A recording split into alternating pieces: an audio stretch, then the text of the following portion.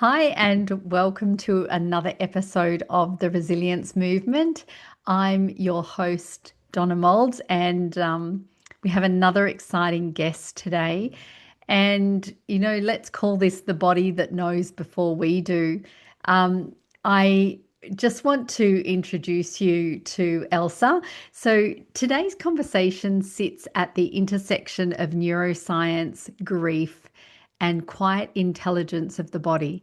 And my guest today is a founder, a healer, and someone who has learned, and often the hard way, that the body will always tell us the truth before the mind is ready to hear it. So, this is not a conversation about illness or loss, it's a conversation about what becomes possible when we finally stop running from what we feel and we start to listen. So, Elsa Valentine is the founder of neuroscience-based self-reflection app that uses video to create a dialogue between your past, present, and future self, grounded in emotion and built for transformation.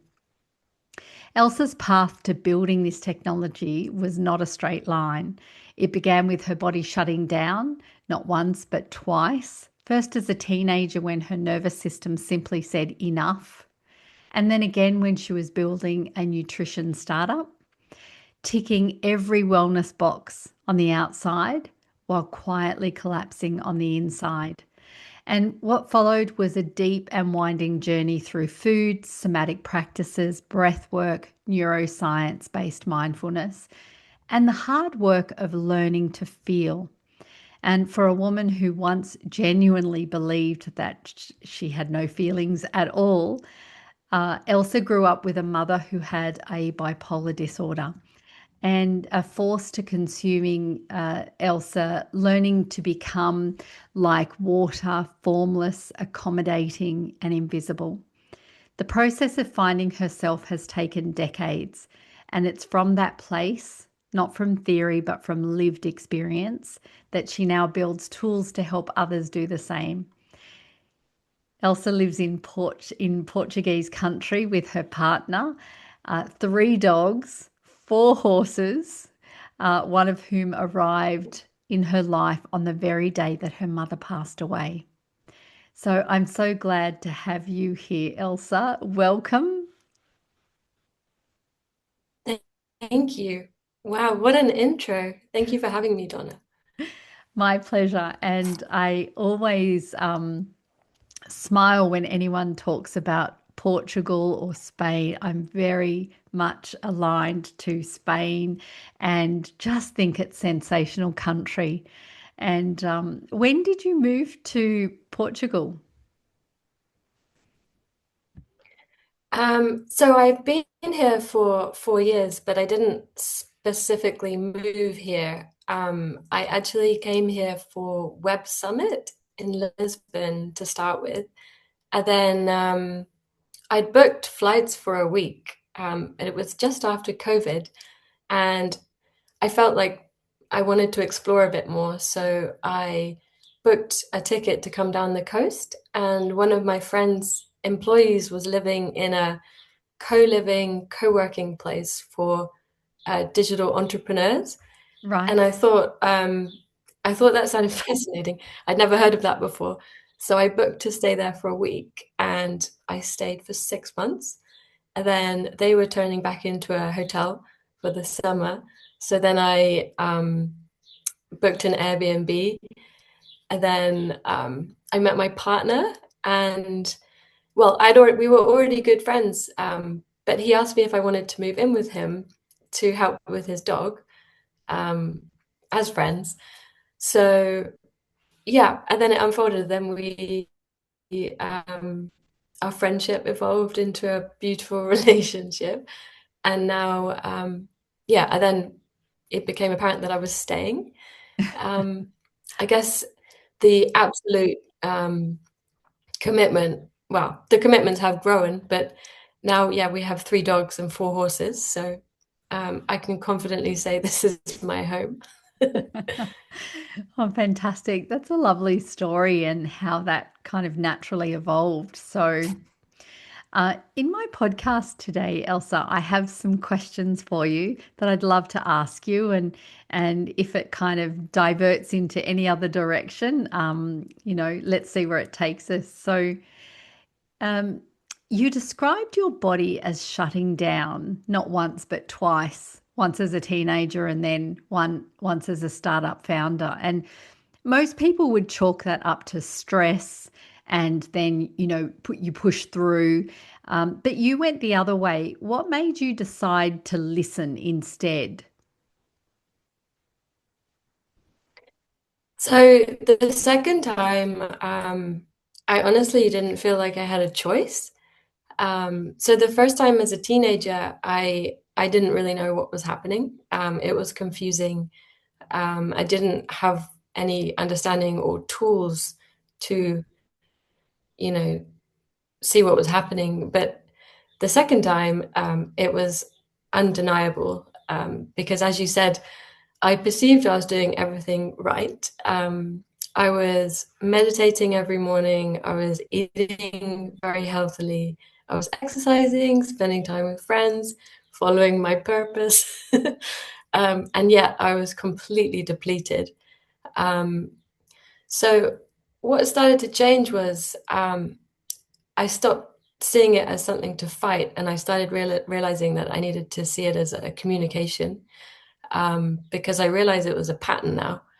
Mm. Um, yeah, and I knew if I just ignored it, then I would be recreating it. And I knew by now that when you ignore something, it will come back louder.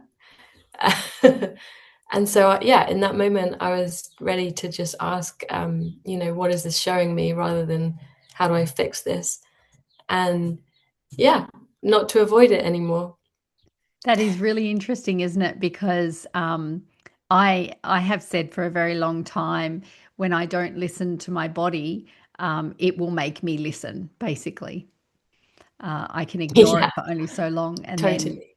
yeah. So that's really interesting. And when you say listening to your body, what did that look like? So for our listeners, what would you say that looks like when you intentionally listen? So for me, directing my attention inwards, so noticing sensations, asking yourself questions like, what is the most intense sensation that I feel right now? What is the subtlest? Bringing your attention to it, seeing how it moves.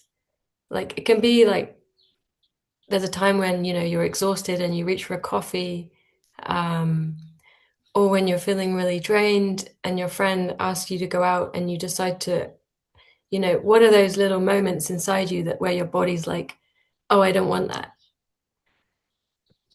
So for me, it was just learning to get out of my head and into my body and like actually listen, because I guess those signals were there all along, but they became numbed out. Because when you don't listen, after a while, I guess, they just fade into the background. But then when Mm. you start listening, um, the relationship starts to grow, and then your body's like, oh, well, I think of the body as the subconscious to some extent. And so then you're building this relationship with yourself. And the more you listen, the kind of stronger and clearer the messages get. Mm.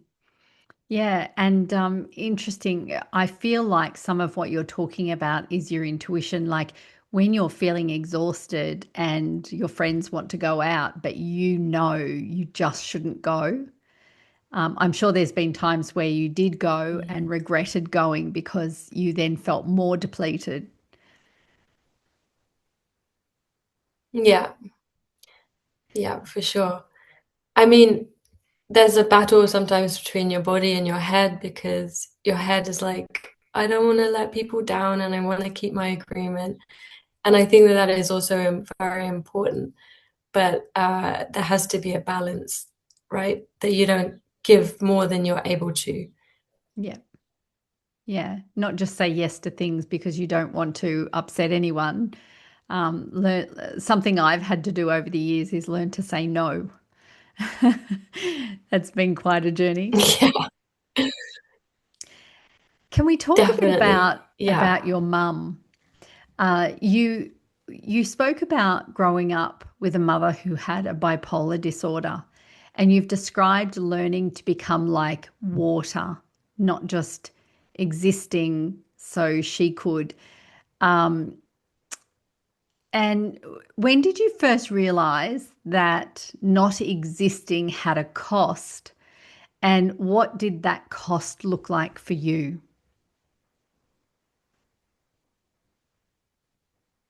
Well, it's very linked to what we were just saying. So at the time, I didn't realize it had a cost or anything. It was completely survival. And I learned to be kind of grateful to my subconscious for protecting me in this way. So it was very adaptive. It really allowed me to survive in an environment that was very unpredictable. Um, but yeah, I mean, the cost only became visible later, when I realized, like, I actually didn't know how I felt about things, or I didn't seem to have an opinion. I was just able to respond to other people, or I could move through life effectively, but I didn't really have a strong sense of myself in it. I was Mhm, kind of there to serve, or I was, if someone was like, "What do you want to do?" I didn't really know. Um, I would have like very subtle whims or impulses that I would follow, but for the large part, I was kind of a blank slate. And yeah, so then I became very good at reading other people, mhm, um, and having clarity about their needs, but not myself at all, or being aware of my own needs or emotions. Like I didn't think I had them, to be honest, for a while. Um, and how that really showed up was like overworking, overgiving, like we were saying, like just going too far, not having any boundaries, mhm. um, having a very high tolerance for discomfort, because I didn't really put myself in the equation at all. Um, so it was kind of a progressive awareness that came to me that was like, oh, I don't think that that is healthy, and it it served me and it protected me, for a long time, but it was time for it to shift into something else then. Um, Gay Hendricks has an amazing quote, that I really love, which is, people think that there are two faucets, which I believe means tap, and one for bad feelings, one for good. And you can just sort of turn the bad one off. But it's not true. There's only one. So when you turn the bad one off, you're turning the good one off as well. So I guess, yeah, I was unwillingly suppressing myself, like I was suppressing everything. And then, well, I was having quite a, I, w- I was perceiving myself to be having quite a great time because I was pretty blissful, but actually I was very numb. So yeah. Is there a time or a I guess a number of moments in time where this started to really become or you started to become more aware of this? Or was it was it a big moment or was it many small moments that collectively you started to question? So yeah, there were a few moments. Um, there was one time when I was like later in my teenage years, and it was the first time my body was just like, I can't proceed. So I was I went to the doctor, um, and the doctor said, everything seems fine. You must be depressed, and that was one of the first times when I was really like, am I depressed? And I was like, no, that doesn't feel right. So then I kind of took myself away and I did some deep introspection, and I was like, well, what can I do? And well, I was very fortunate to grow up with horses, and I was kind of fascinated that can put them in a huge biodiversity and they know what to eat, what not to eat. So I was like, well, we must have that wisdom within us. So then it kind of started like that for me. And then to start with, I was like, I asked my body, what do you need for food? And then it was kind of my first doorway in. And I then did a complete renovation of my diet. And my body must have been quite grateful because it started to feel better. And then I started listening to sensations in my body, like when it wants to move, and um, kind of following them and going with them. And there was like a gentle unfolding. And then there was a big one when I started learning to dive. And um, my diving instructor informed me that I was not breathing properly. And I realized I had never breathed another way. Um, so that started a whole unfolding, because once I started, I mean, I couldn't even breathe like down into my belly. But once I started really kind of focusing on that and trying to deepen my breath, um, all of these emotions, and it was like the faucet suddenly went, Wow. and I started experiencing a lot more intensity with like emotions and such. And yeah, it wasn't easy at first. I mean, it's been a process, but I was very grateful that I learned that blew my mind. And yeah, that was a very big moment there. Yeah. Um, Breath work yeah, seems to and then be, it kind of just, s- sorry, Elsa, breath work, is that something that's a tool that you have really adapted into your day to day? oh yeah, definitely, because I think when your nervous system is in a state of complete freeze or faint, you the best way for me that I found was breath work, to really learn to activate your parasympathetic nervous system and help your body feel like it's safe, um, in a way that you can think, you can tell yourself, you can meditate, but really breathing and learning to connect with your body in that way. Because I think for me, when I was younger, and this is quite common, like when there's an uncomfortable situation, we kind of go and we hold our breath, and we think that is, and it is to some point suppressing a feeling. We won't experience the intensity of it, but then it has a cost, right? And it gets stuck. So breathing intentionally and yeah, following different techniques, and even just purposely breathing into like an experience or an emotion, and like letting it be there, like letting it come up. Um, yeah, big part of my day. Um, and when you just spoke about not thinking you had any feelings, I really found that extraordinary. And you spoke about there were moments, numerous moments, and some big moments. Um, what would you say are feelings that you experience quite easily now, but were never able to experience when you were much younger? Anger for sure. Well, when I was younger, after a certain point, I really didn't feel any emotions. I was completely numb. So all of them. But fear, fear was the first one that emerged. I kind of experienced just the panic, the anxiety, the terror that I had completely avoided. And then anger came later, and that was a harder one to like invite into my life because, well, many reasons. I mean, cultural, societal, kind of appropriations around anger.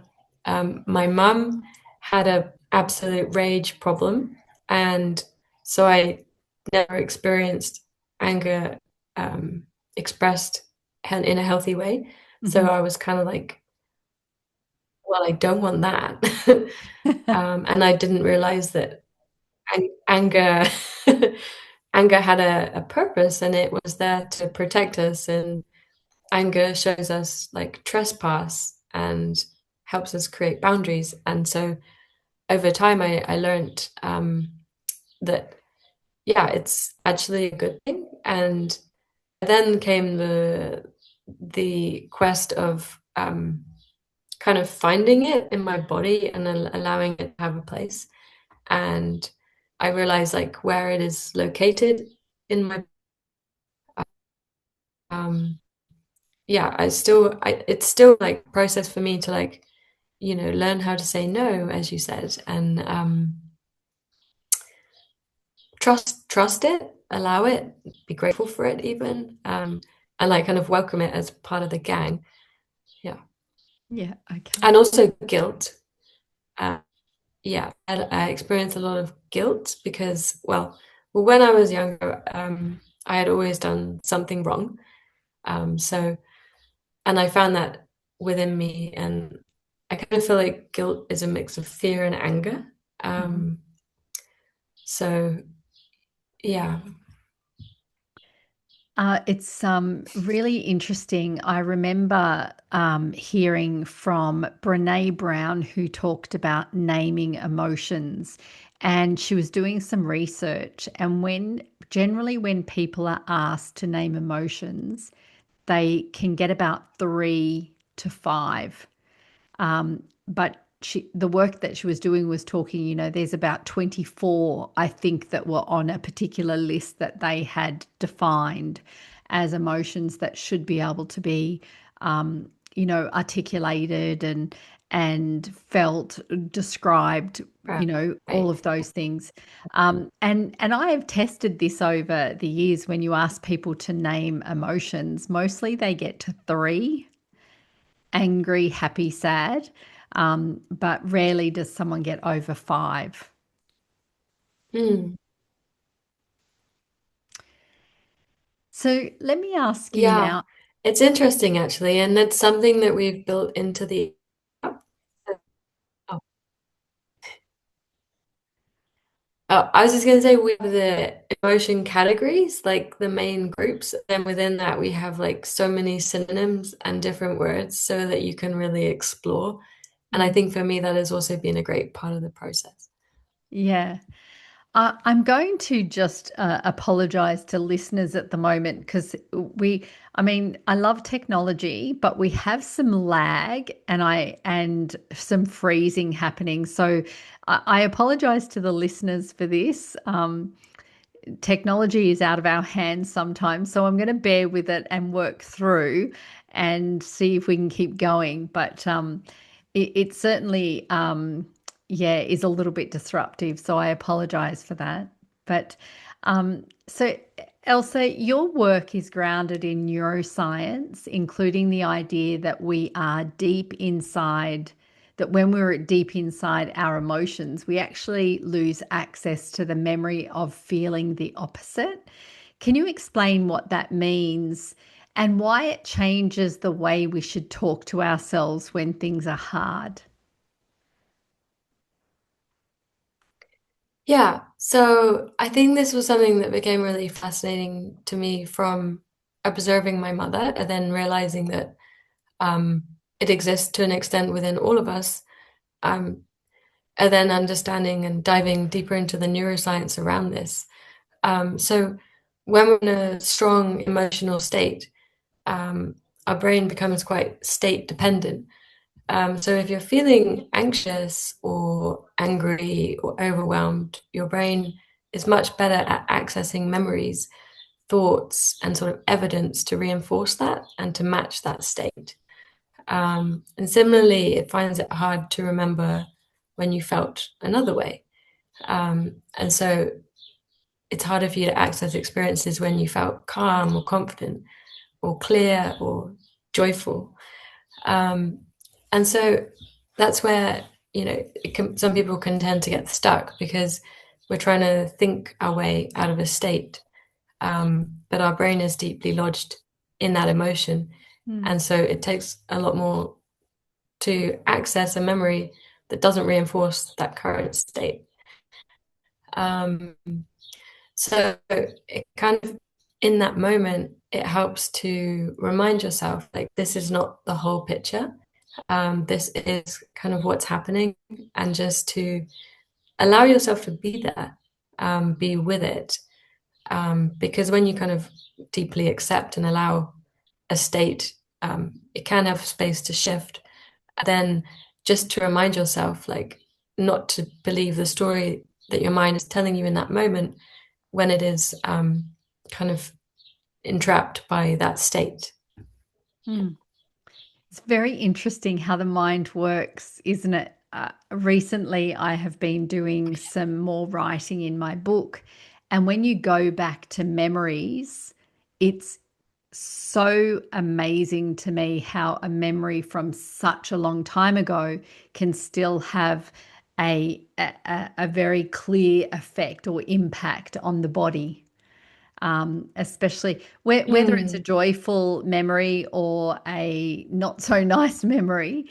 It's interesting that the impact it has. Yeah. Yeah, well, the memory center in our brain is stored right next to the amygdala, the emotion center. So when there's a really strong emotion, then the memory is more deeply embedded. And yeah, I guess our brain doesn't know the difference when we recall a memory from this moment to being in that memory. So it is a very fascinating thing for sure. Mm. You mentioned that 100% responsibility, nothing more, nothing less, really resonated with you. That was a podcast I did some time ago. You also said you used to take way too much. Where is the line between owning your experience and taking on what was never yours to carry? It's a very big one, yeah. Um, and I think it's still a question that I consider like every day. But for me, I think true responsibility is internal and over responsibility is external. So when I was younger, as a coping mechanism, I tried to take responsibility subconsciously of everything around me, how people felt, like how situations unfolded, whether things were calm or not. And I thought that that was being responsible, but um, it was just me like subconsciously kind of controlling and adapting to what was like a very challenging time. And then I think when I realized actually I'm only responsible for my own experience, for my internal world, for how I feel, for how I behave, I don't have any responsibility over how other people behave, how they feel, what they choose, what they think, any of it. Um, I mean, what a relief. Huh? um, Yeah. yeah. Look, when I first got that, I mean, taking 100% responsibility is a chapter that I was writing. I was actually finishing it off last week, and I had to think about moments where I really understood that and really took 100% responsibility again for my actions only. And Yeah. I feel like when you really get that, things can shift significantly. and like you said, not taking responsibility for other people's actions. You know, if you've ever had in your life someone say to you, you made me angry, you made me sad, or you made me happy, or you know, there's a whole lot of different language around that. And yeah, when you take responsibility, and you don't allow other people to blame you for something you have no control of either, it does shift. It really, really does shift. So, can we talk So about, much. Yeah. yeah, can we talk about your app? Um, So, your app creates a video dialogue between your past, present, and future self, which is quite a remarkable idea. Where did that come from? And is there a version of you from your past that you wish you could have shown to the future? Yeah. Well, thank you for your kind words. So it kind of circles back to our conversation previously when my body shut down as a founder. So the second time, I was at a trade show, and so it was a healthy snack food brand. So we were all about health and vitality and multi-dimensional well-being. But and I guess I hadn't realized the accumulation of messages from my body. But in that moment, I had to take myself away from the stand because I was making the company look bad. I was not representing everything that we stood for. And I felt awful to the point where I went to a cafe and I sat down, and the security guy was like, "Are you okay?" And I was like, "I don't think so." And yeah, and then I really wondered like how I had lost perspective in this way, because as I said before, and I had all these practices, and I thought I was doing great, and I thought I was being resilient and everything. Or I thought I was resilient, but in actual fact, I was avoiding. And yeah, in that moment, I really wondered because I knew that there had been many countless times in my life where I had felt joyful and inspired. Um, and I really wondered what that version of me would say to me in that moment. Um, and that's kind of where the app came from, as a way to maintain perspective, but also as a way to access yourself when you're experiencing other states. Um, yeah, so if we can be aware about how our perspective shifts over time, and we can access it across times, especially in moments when we need it most, Mm. I thought that would be quite interesting. Yeah, and what stage are you up to with it? We are just finalizing our beta. So we Right. have done a few rounds of testing, and then we have been evolving it as we go. Yeah. Wow, how exciting. That is super exciting. And you know, and certainly I would love you to keep our listeners posted, so that they can, you know, be able to use it and see if it's a really valuable tool for them. Thank you. I would be honored. So I want to ask about kind of the paradox of grief and freedom. So you described something after your mother passed that many people feel, but are very, I guess, very few say out loud. A kind of grief mixed with freedom. I think you described it as a force field lifting. So, for anyone listening who has felt that and felt guilty about it, what would you say to them? So I was very lucky that um, over the years, my mum and I rebuilt our relationship from the ground up, and it got to a really lovely place. Um, but she was very, very intensely focused on me, and I could really feel that, like a force field, as you said. Um, and when she passed away, I experienced like such a range of emotions because I loved her dearly, and it's like the deep connection you have with a human, right? It's your mom. And so I was completely heartbroken. But I also felt this force field lift because um, she wasn't constantly thinking about me and worrying about me and kind of trying to manage from afar. Um, so there was a freedom in that, and also a feeling of like,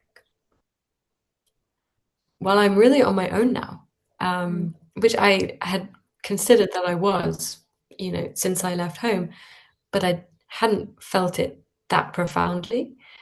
Um, so yeah, I mean, grief is such a complex thing, and there's, I would say, like, to just welcome every part of the experience, because, I mean, feeling that freedom, it does not mean that you're glad that they're gone. It's completely the opposite, Mm. but it's just part of experiencing the grief and the experience fully, which, yeah, I I think it's. I mean, I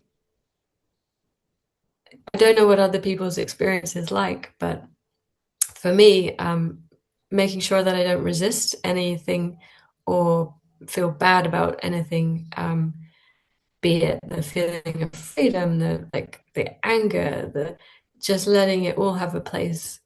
Um, and then through that, I was able to work through it, I think, in a much better way. Mm. It's interesting when I lost my grandfather when he passed away. I had a very close relationship with my grandparents on my mother's side, and when my grandfather passed away, sorry, the night before my grandfather passed, I was sitting with this sadness, knowing that he was going to pass away. But I also sat with this feeling of, and I'm not terribly religious. I don't practice a religion. I'm very spiritual, but I don't practice a religion. However, I rang a friend of mine who practices religion very deeply, and I said to him, "Is it okay to pray for someone to pass?" And he said, "I've not had anyone ask me that question before." And he said, "But I can't see why not." I said, "It's not praying for him to pass in a bad way. It's acknowledging that he had such a wonderful life and he was suffering." And I remember him telling me, asking me if I had a Bible, which I did have a Bible. And he said, and as he said to open it up to a certain page, I opened the Bible to exactly that page. I didn't know. I just Wow. opened it to start, and it was exactly on the left-hand side. The prayer that he was asking me to go to was there. And he said, "Can we say the prayer together?" Which we did. And I didn't know my grandfather would pass overnight, but he did pass overnight. And we had said a prayer that, he had lived a very full life, and I knew that he wanted to go and be with my nan because she had already passed. But it was it, and I was sad at his funeral, but it wasn't a overwhelming grief. It was I'm sad my grandfather's gone, but I'm very relieved that he's passed and he doesn't have to suffer anymore. And when you were talking about grief, I think everyone feels grief in a different way. And certainly people have talked a lot about grief doesn't look like one thing for everyone, it looks very different for everyone. Um, did you find the people around you allowed you to grieve in the way that you needed to? Yeah. Yeah, I was fortunate because, well, I'm not sure it's fortunate, but my partner lost his mum when he was younger, so he knew exactly what I needed to a large extent. Mm, Um, and I'm very fortunate that my friends and my support group were just very compassionate and didn't try to navigate the situation in any way. They were just there.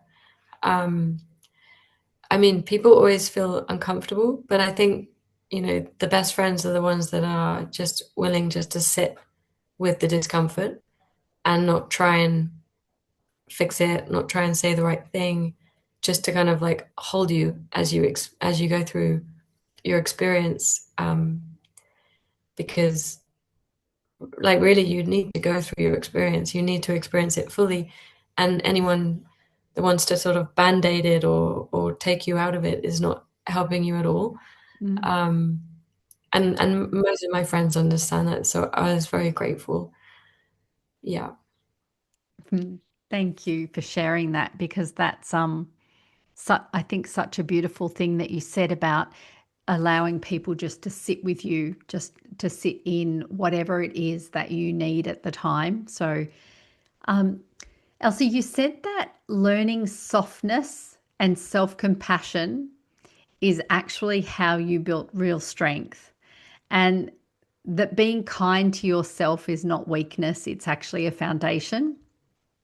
For someone who Mhm. has spent their whole life being hard on themselves, where would you encourage them to start with that self compassion and that softness for themselves? Yeah, I think, yeah, for a long time I thought that persisting and pushing through really was strength. And that was something that I learned from my mother. Um, and, we learn things from the people around us, right? But, well, I realized that it's actually resistance. And, well, do you know the analogy of the rider and the elephant?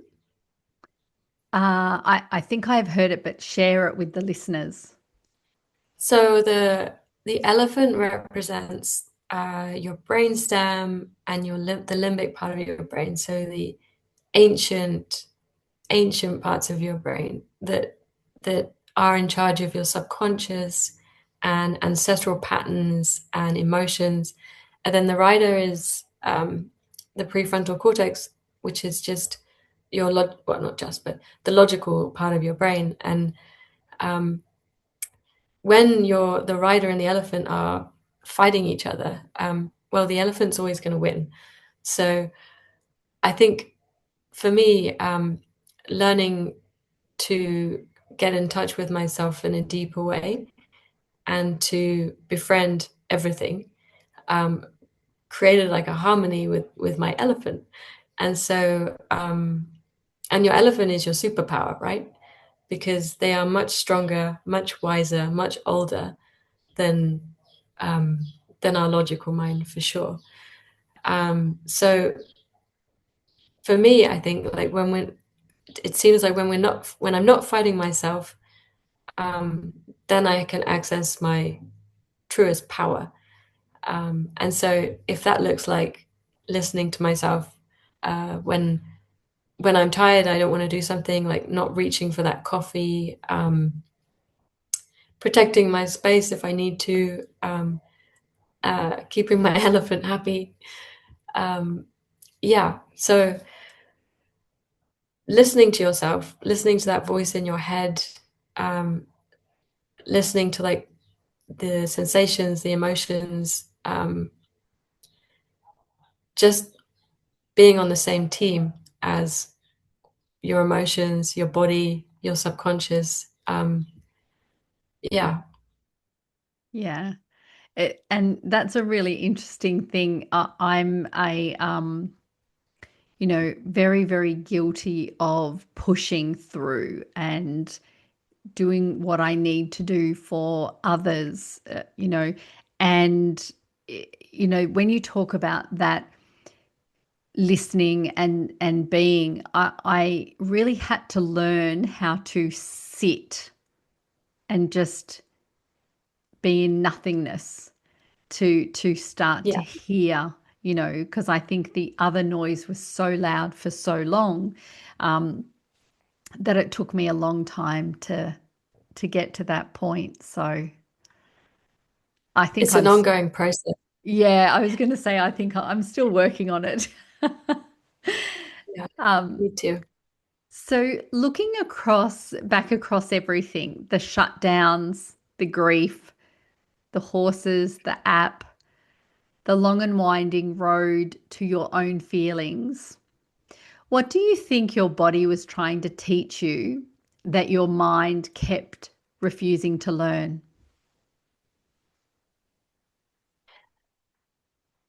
I think that most fundamentally boils down to listening, which has kind of been the recurring theme. Um, and also back to what I was saying about the rider and the elephant, like we can't override parts of ourselves. Um, when something, when we experience like a trauma or um, an experience that is like unsettling to us, then we need to learn to resolve it, make peace with it, not necessarily understand, but these things are stored in our nervous system and our subconscious, and we can't just like battle our way through. So I think my mind, um, my mind just wanted to just press on and just leave everything behind and assume that that was resolved because I had reconciled it in my head. Everything made sense, like I was fine, but my body a- didn't agree, and so it was a long kind of journey from my mind, from my head into my body, and realizing that the two can work together in synergy, and then I have like a much more amazing experience of life, right? A much richer experience. So more intensity, which can be challenging, but it is ultimately amazing. So yeah, just listen to it, listen to everything, and lean into it, go with it, do more of it, rather than being afraid and pushing things down. Because yeah, eventually it will come back up to the surface, and if you haven't listened once, twice, three times, the message gets more intense. And I wanted to live in a line way. I wanted to be aware of my intuition and my sensitivity, and I thought I could just do that without resolving the past, but I couldn't. And now I know that bringing everything into the picture, that's when like that's when we have a much greater capacity for love, compassion, strength, because then we are like whole. Mm. Yeah, for sure. I had a period of time last year where I didn't listen to my body, and I'd had some quite stressful external events occur. So my body said, I'm going to give you shingles, but not only am I going to give you shingles, I'm going to give it to you in your eyes so you can't see, and Oh, then you have to listen. oh, Um, that's a very clear one. Yeah. yeah, yeah, that was a very big message for me. And yeah, it was truly scary. But like we know, when you won't listen to the body will make you listen. And that's exactly what happened. So not the kind of reminder I wanted, but yeah, it was a very interesting time. So Yeah. I We don't have a always get what we want, but we get what we need, right? yeah, very much so. As you Yeah. step deeper into your work with the app and your life in the Portuguese countryside, What does the next chapter of Elsa look like? And what are you most curious about? Well, I feel like so I just turned 36 and I was talking with a friend about it and well, they said, "Would you want to go back in time?" And I thought, "No.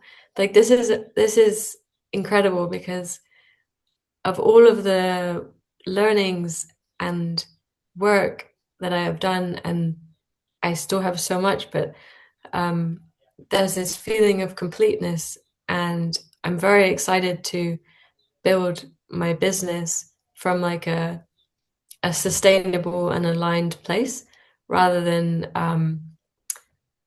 the first time around where I was bursting out of the blocks and I was just throwing a lot of energy at it, but I hadn't made peace with the past and with what I needed to with like my internal world. So I'm really excited to create from this space and just to see what happens. I'm very curious to see what happens. Um, I'm also like diving deeper into um, the workings of the mind and the subconscious and the nervous system. That brings me a lot of curiosity at the moment. The next chapter, I hopefully have my first foal on the way. Oh, So wow. my first dream was to breed horses, and through uh, through finding my horse, I found the breed that I absolutely love. It's the Lusitano. They're actually bred to be war horses. So Wow. they're incredibly sensitive. Like the level of sensitivity is like nothing I've experienced, but they're so tough and resilient and powerful. Mhm.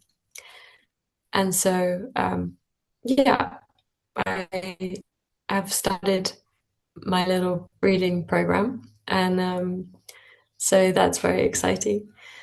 And yeah, I think just very open now. I didn't want to, I don't want to project too much onto my future anymore because I know that nothing ever unfolds exactly as I imagined. But This I is feel true. good. I feel good. But I feel good knowing that I'm going to be taking responsibility for my experience and from every part of me as I go along that journey, which makes it exciting. And let's see. Oh, fantastic. I've got a last question for you, which is for our listeners. If there, for those who are listening, if there is one thing you would want someone to take away with them from this conversation, what would that be? The first thing that comes to me is that there's nothing wrong with you. You're not flawed. Um, Learn to embrace every part of you, even the things that don't seem right, or like embrace every part of yourself with compassion and curiosity rather than judgment, and just lean into it more because when we lean into something that we feel is uncomfortable or intense in a way that we don't like, when we fully allow it and accept it, then quite often a doorway opens in the back of it into a new experience. So, yeah, for me, I think it's like just saying yes to everything, every part of life. And yeah, if in doubt, invite it in more and explore it more and then see where that takes you with with compassion and curiosity. I love that. Compassion and curiosity. Wow. Thank you.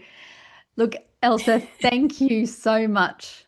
The courage it takes to build something, especially from your own healing, and also trusting us with parts of your journey that I know weren't easy. The conversation will stay with people long after they stop listening. And I'm just so grateful to have had you here. So thank you so much for joining us. Thank you so much, Donna. Thank you. Amazing questions, and yeah, your your experience and wisdom is really beautiful. And Oh, thank you yeah, so thank you for much. the opportunity.